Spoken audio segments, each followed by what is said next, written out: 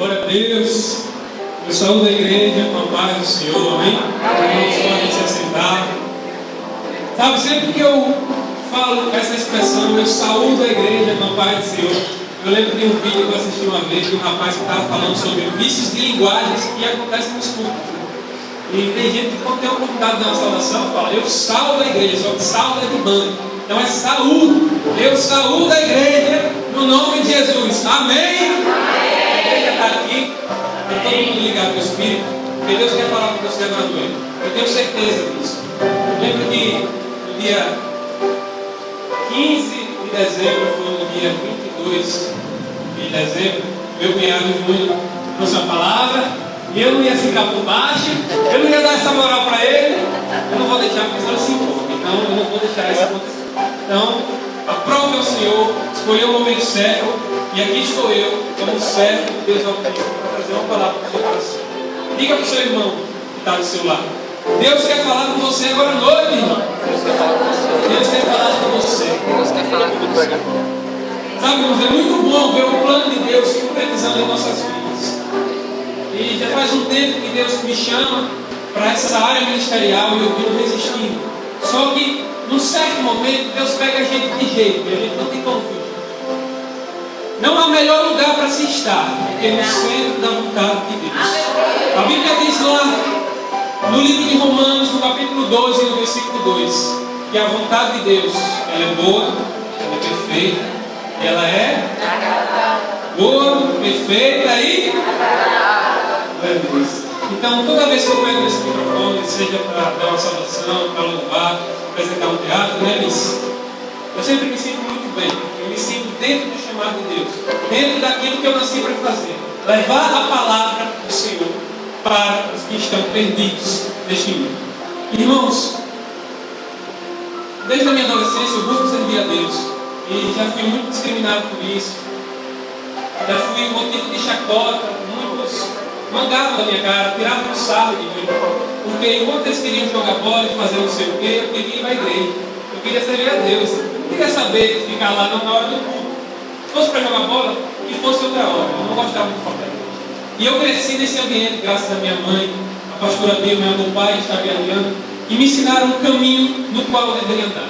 Por isso eu estou aqui hoje, porque eles me ensinaram, eu tive uma base, foi a partir deles. Sabe, irmãos, é um motivo de grande alegria mesmo para mim compartilhar a palavra de Deus com os irmãos. Como diz um pastor que eu gosto muito, servir a Deus não só, preste atenção nisso, preste atenção nisso, servir a Deus não só vale a pena, como vale a galinha inteira. Vou repetir, servir a Deus não só vale a pena, como vale a galinha inteira. Diga para o seu irmão, diga que servir a Deus não só vale a pena, como vale a galinha inteira. Glória a Deus. E receba essa palavra aqui em nome de Jesus. É uma salva de palmas para o Senhor.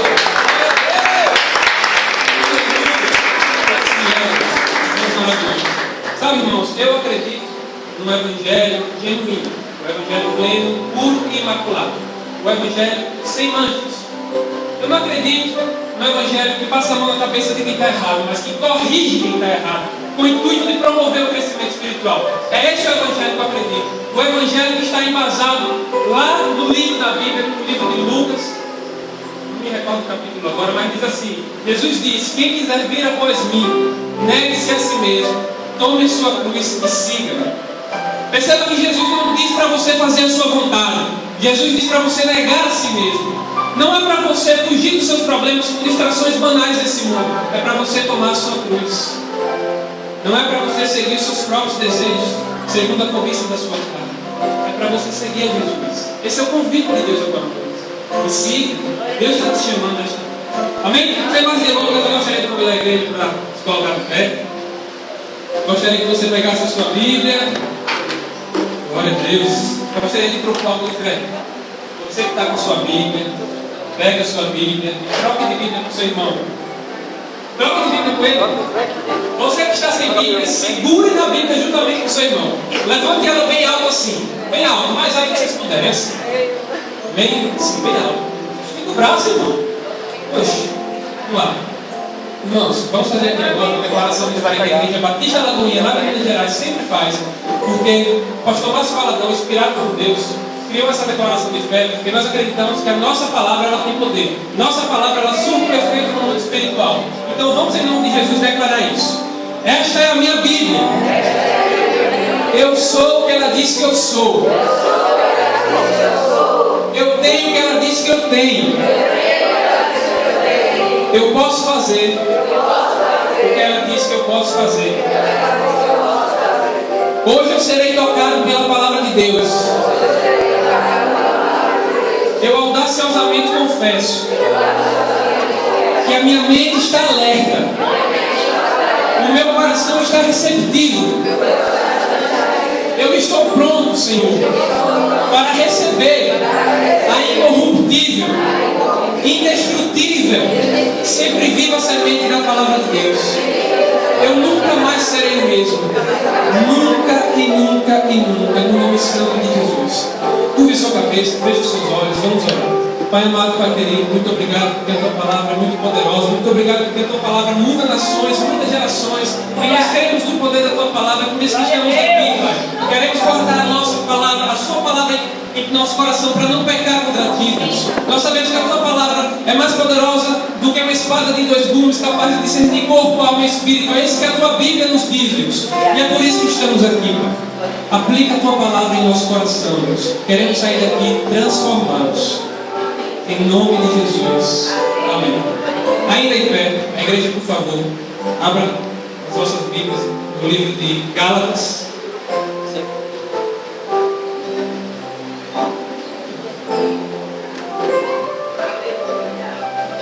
Livro de Gálatas, no capítulo 5. Livro de Gálatas, capítulo 5. Versículo 13 ao 26. Gostaria de pedir a ajuda da igreja para ler comigo.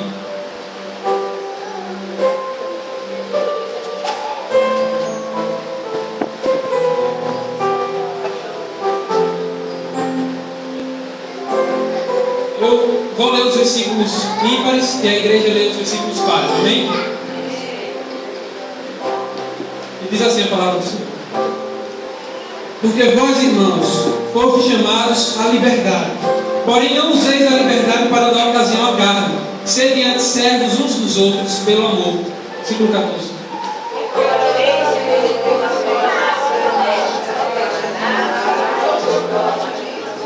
Se vós, porém, vos mordeis e devorais uns aos outros, vede que não sejais mutuamente destruídos.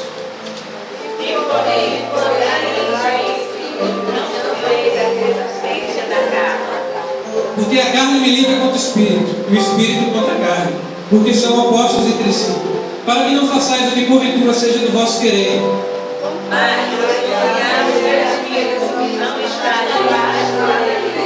Ora, as obras da carne são conhecidas, e são prostituição, impureza, lascívia,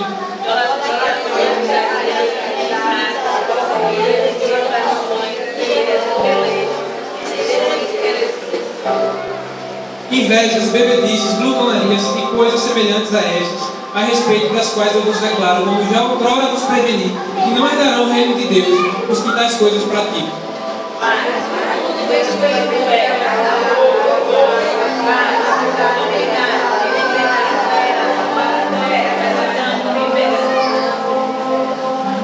Mansidão, domínio próprio, contra estas coisas não há lei.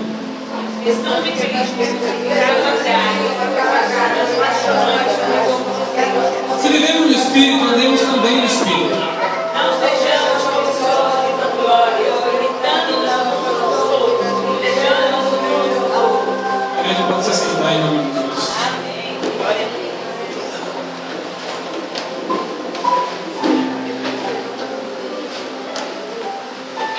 Sabe, irmãos, eu estava assistindo televisão essa semana e um jornalista, um programa esportivo que eu gosto de assistir, falou uma coisa que me entristeceu muito. E é uma realidade, infelizmente, do nosso Brasil. Ele disse o seguinte: no Brasil, o ano só começa depois do carnaval. Felizmente é uma realidade no Brasil. E se eu não me engano, o carnaval esse ano vai ser comemorado no dia 4 de março. É isso aí? 4 de março, que parece ter uma mudança no calendário, não sei aonde. E aí vai ser comemorado no dia 4 de março. No carnaval, o Brasil para. As pessoas param tudo o que estão fazendo para festejar, porque é um marco cultural, é uma tradição. As pessoas, elas param tudo para festejar o carnaval. Elas sentem prazer naquilo.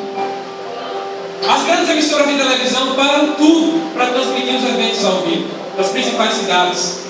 E o carnaval é essa época marcada por máscaras, por fantasias, por hipocrisia, por farsa. As pessoas revelam os seus instintos mais animalescos, os seus impulsos mais selvagens. As pessoas revelam quem elas gostariam de ser, mas não têm coragem de ser em outra época do ano. As pessoas também revelam quem elas são e se escondem atrás das máscaras e de fantasias. E o carnaval é essa época marcada por máscaras, fantasias, hipocrisia, confusão. E confusão é a palavra. Porque confusão, infelizmente, não acontece somente no carnaval. Acontece também nas igrejas. As pessoas dizem ser uma coisa que não são. As pessoas dizem ser cristãs, mas não são. As pessoas apenas adotaram uma cultura como o carnaval.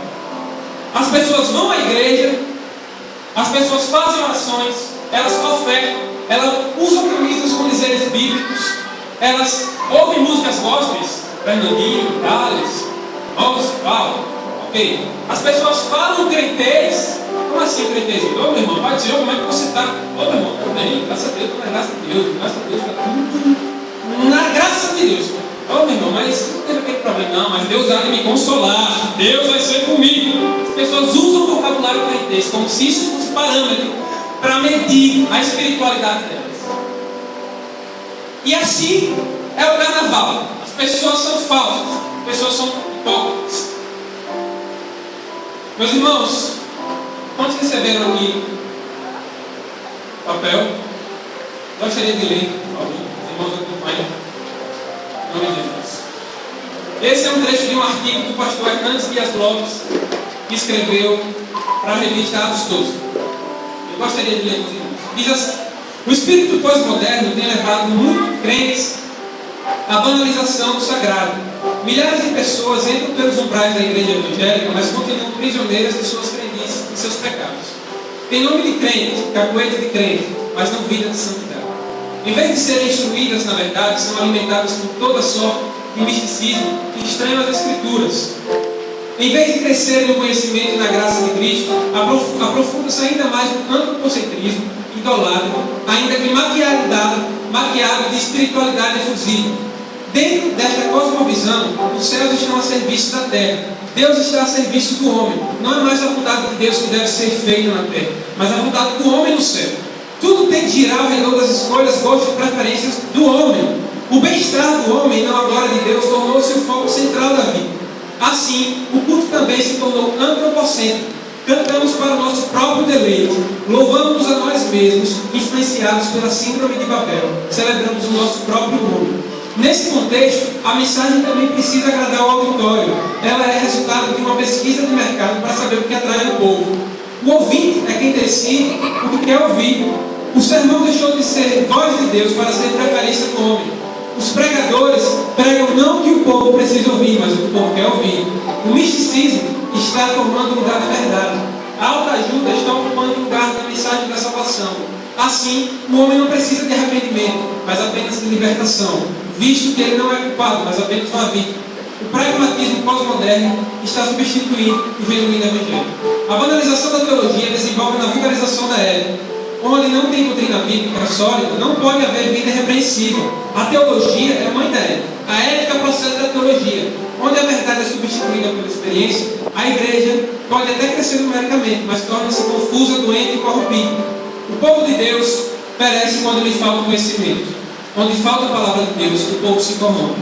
Outro sim, onde não há santidade, ainda que haja ortodoxia, o nome de Deus é blasfemado. Esse trecho que acabamos de ler fazia parte do contexto de Paulo. Paulo estava inserido nesse contexto. Paulo estava inserido nesse contexto.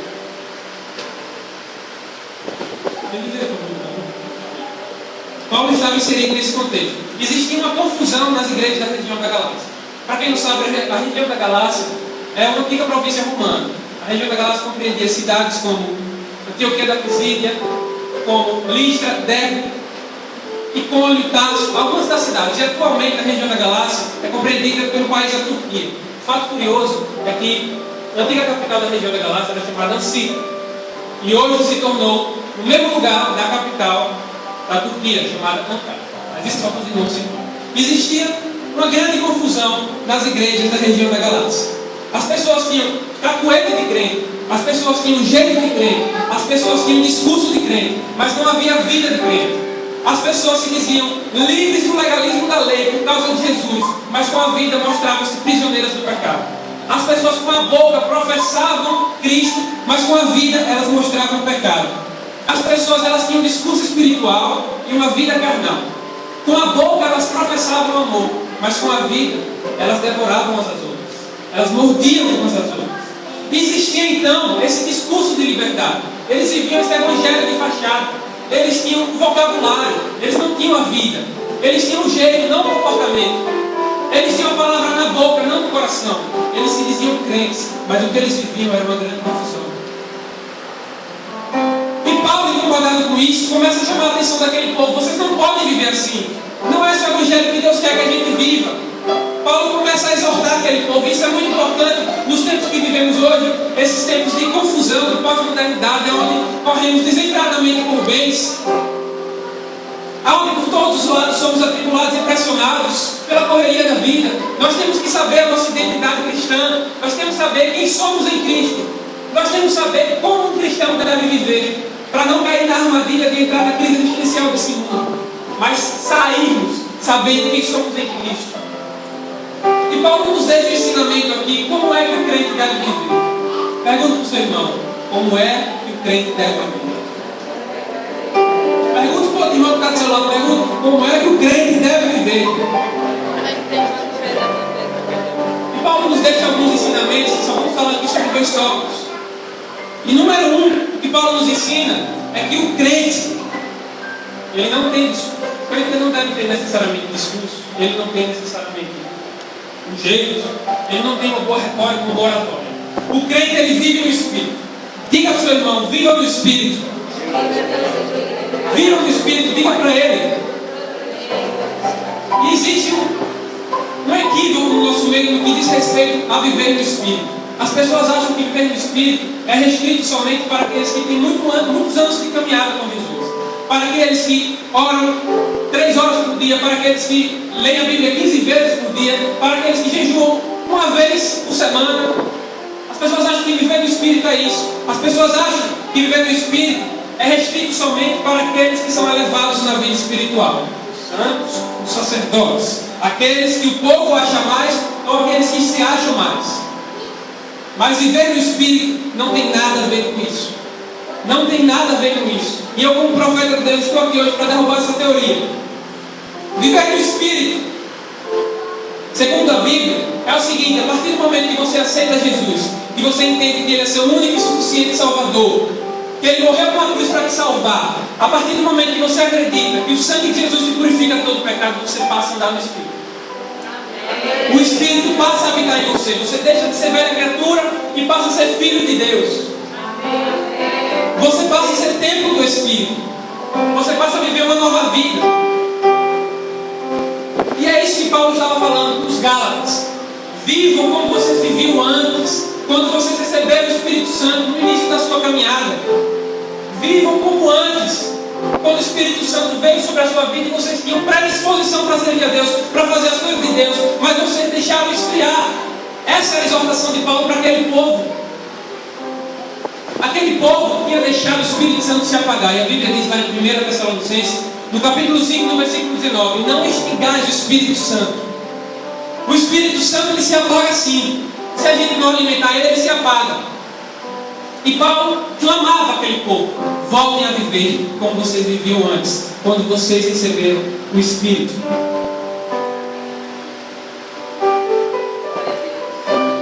A ênfase de Paulo é a ênfase do primeiro amor. Como eu disse, muitas das vezes a gente esfria porque a gente não busca, a gente não procura saber quem é esse Deus que eu sirvo. A gente busca viver as experiências dos profetas, dos pastores, mas não tem uma experiência pessoal com Jesus, com Deus. E por isso, quando vem o vendaval, arrasta a gente facilmente, porque a gente não tem uma experiência com Deus, a gente não está firme, A gente depende dos outros para servir a Deus. A gente depende do pastor, a gente depende de um levita cantando, a gente depende do teclado, a gente depende de tudo menos de Deus. A gente usa as coisas como desculpa para servir a Deus. E aqui entra o segundo aspecto sobre a vida do Espírito. A vida do Espírito se difere da vida da carne. A Bíblia diz que a carne é oposta ao Espírito. A carne milita contra o Espírito milita contra a carne.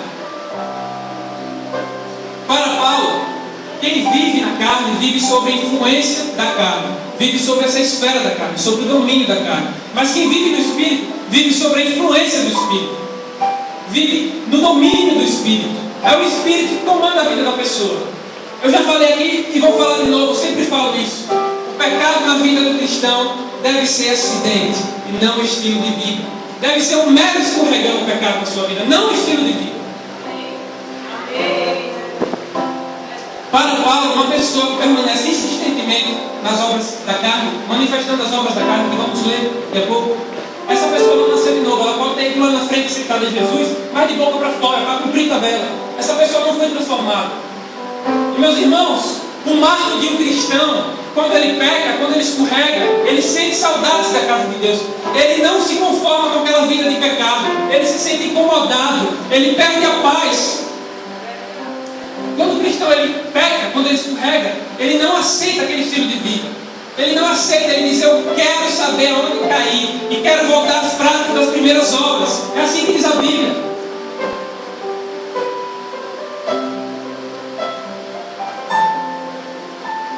Irmãos, você pode ir para a igreja, você pode me dizer que oferta sempre, você pode me dizer que ouve Fernandinho, tá, que você tem ali em base, você tem, e vai para shows gospels e não sei o que lá gospel. Mas se não nasceu de novo, tudo isso é em vão. Se você não foi transformado no seu espírito, tudo isso é em vão.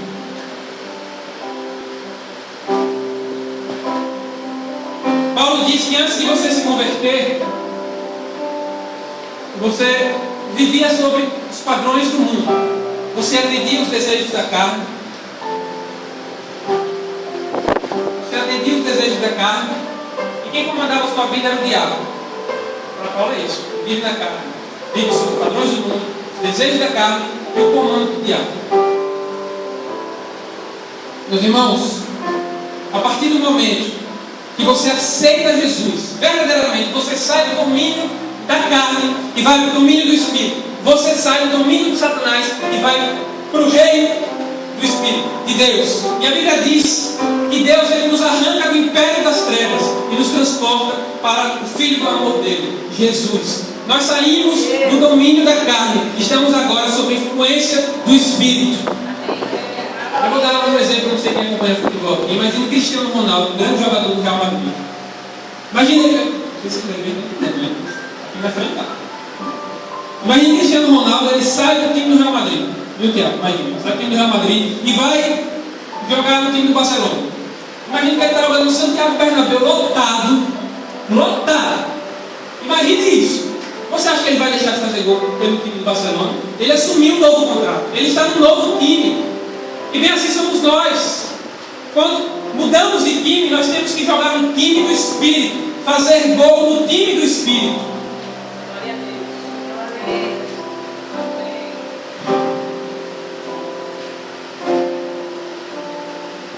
Segundo aspecto, segundo marca de um cristão, é a vida ética. Primeiro, é vida no Espírito. Diga ao seu irmão: viva no Espírito. Bata na mão de uma ou duas pessoas aí. Viva no Espírito, meu irmão. Agora, diga para ele de novo: seja ético. Como assim seja ético? Viver sobre os padrões morais da sociedade, sem escandalizar o nome de Deus. E tem aqui 4 subdivisões que nos ajudam a entender melhor as obras da carne, que os irmãos possam ter um melhor entendimento.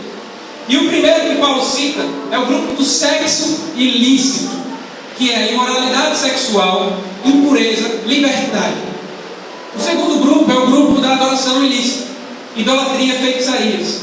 O terceiro é colados no relacionamento, ódios, discórdias, ciúmes, ira, egoísmo, dissensões, facções e inveja. E o quarto são os excessos, embriaguez e orgia.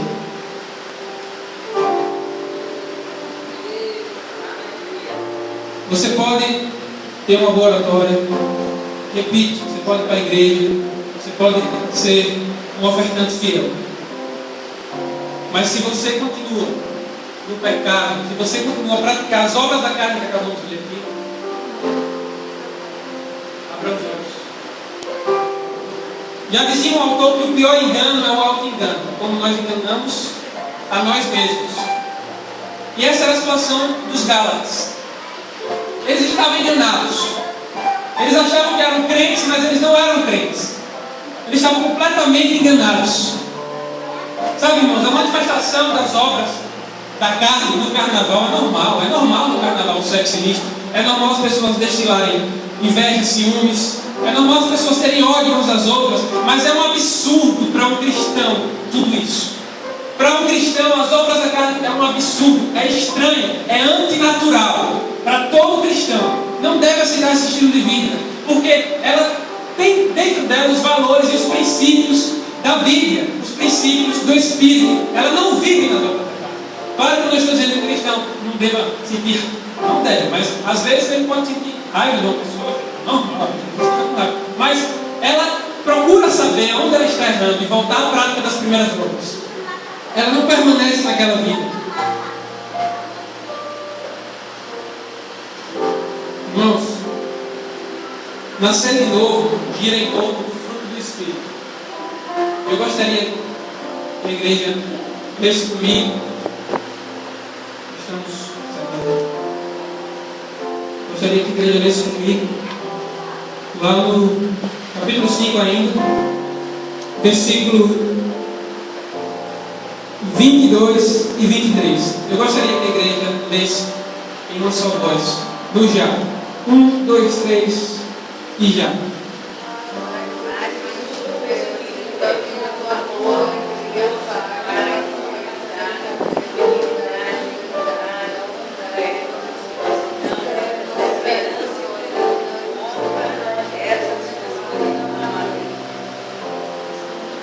Fruto do Espírito são qualidades que devem pertencer à personalidade de todo cristão.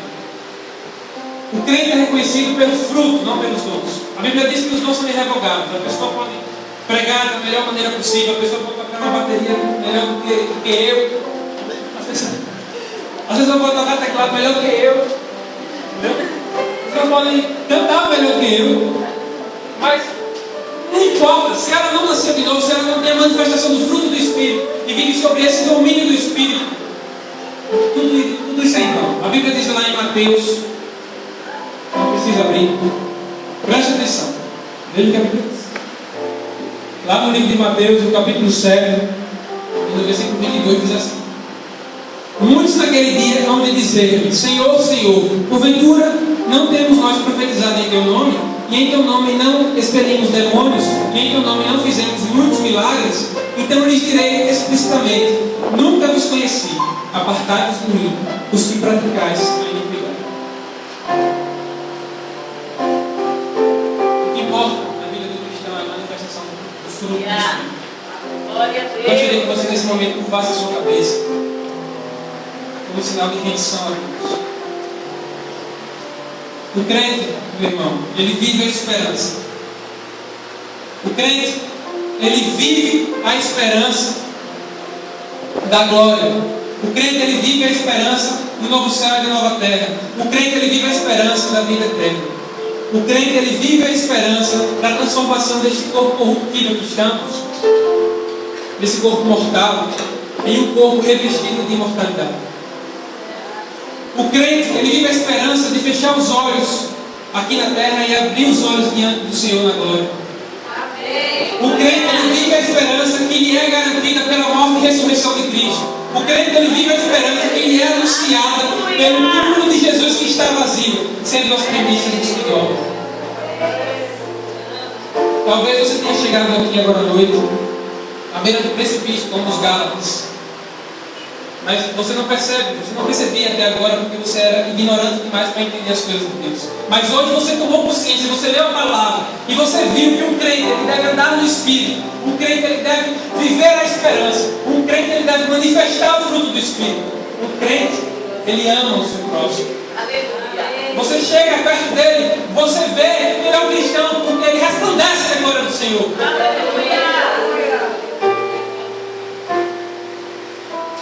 Gostaria de convidar a igreja para se colocar de pé.